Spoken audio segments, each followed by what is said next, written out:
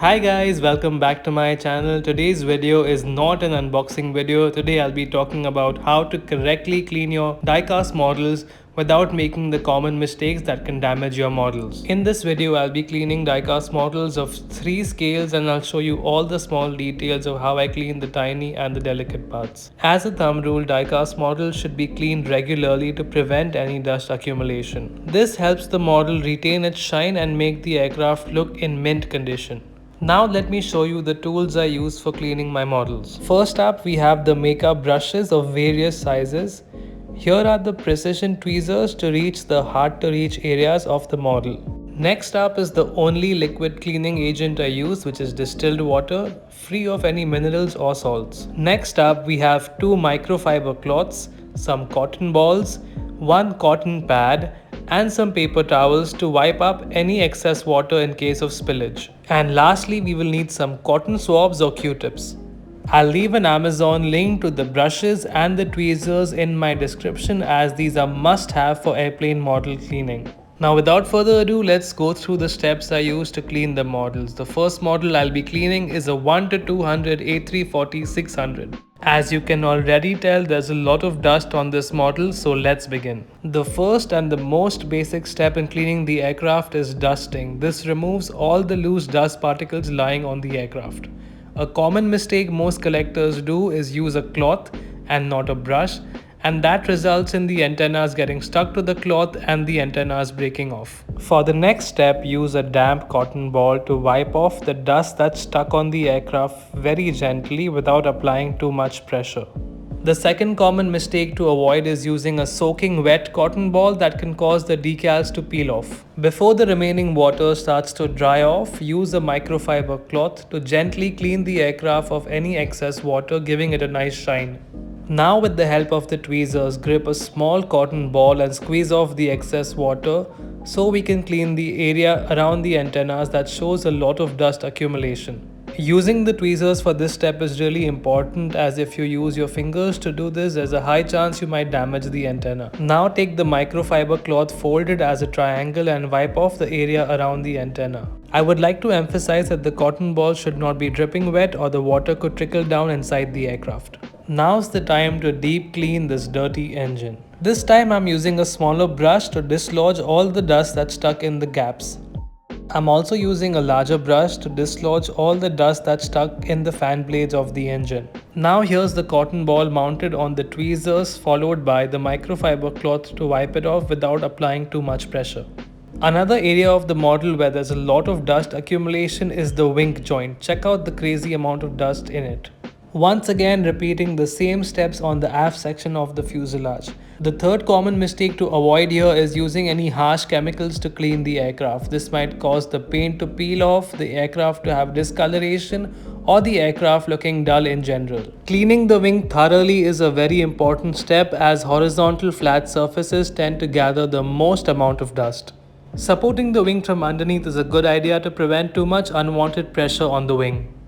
Now moving along to the tail section of the aircraft, here is another spot where there's a lot of dust accumulation. Using a damp cotton ball, I'm wiping off the dust, and thereafter I'll use a cloth to clean it. For some hard to reach areas, it's a good idea to repeat this step twice to extract as much dust as possible.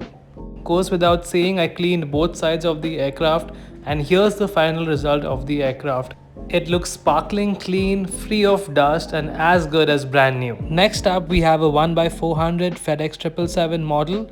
1-400 models being smaller are much harder to clean, but we'll try our best to get the best results. Now gripping the model by its tail, I'm using a soft brush to wipe off any loose dust that's on the aircraft. The various sizes of the brush come in handy here, because I can use the smaller brushes to go between the wing joints and smaller details like the engines to clean them thoroughly without having to put any more pressure than required. Using a cloth at this stage is not recommended, as the cloth might grip onto and pull off the antenna. The area around the horizontal stabilizer and the rudder is also a big hotspot for dust to collect, so make sure you clean it very thoroughly. Now, depending on the size of your aircraft, you can either use your hands or the tweezers to grip onto a damp cotton ball to clean the aircraft surface.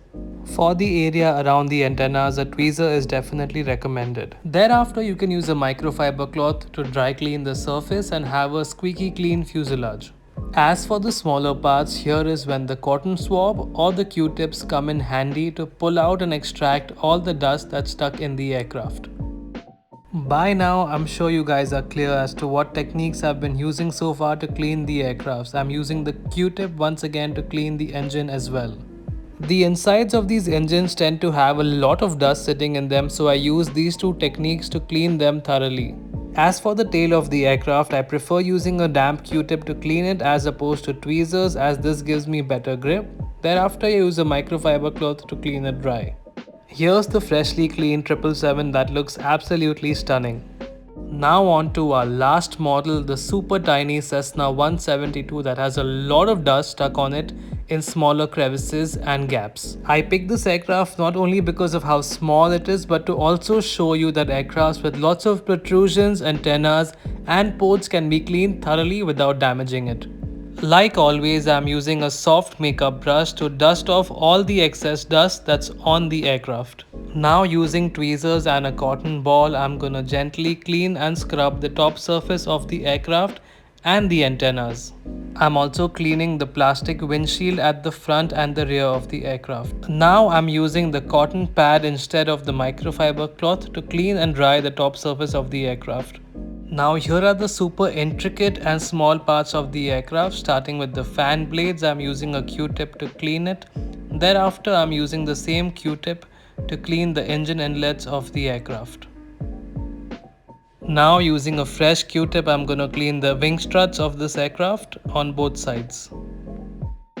Unlike other aircrafts, this aircraft has a lot of grooves on its wing and the horizontal stabilizers, so I'm taking my time to use this cotton ball to slowly and gently dislodge and remove all the dust that's stuck in the wing, followed by a Q-tip to dry it off completely. Now using a fresh Q-tip to shine off the landing gear fairings, the cockpit windows and the backside of the aircraft.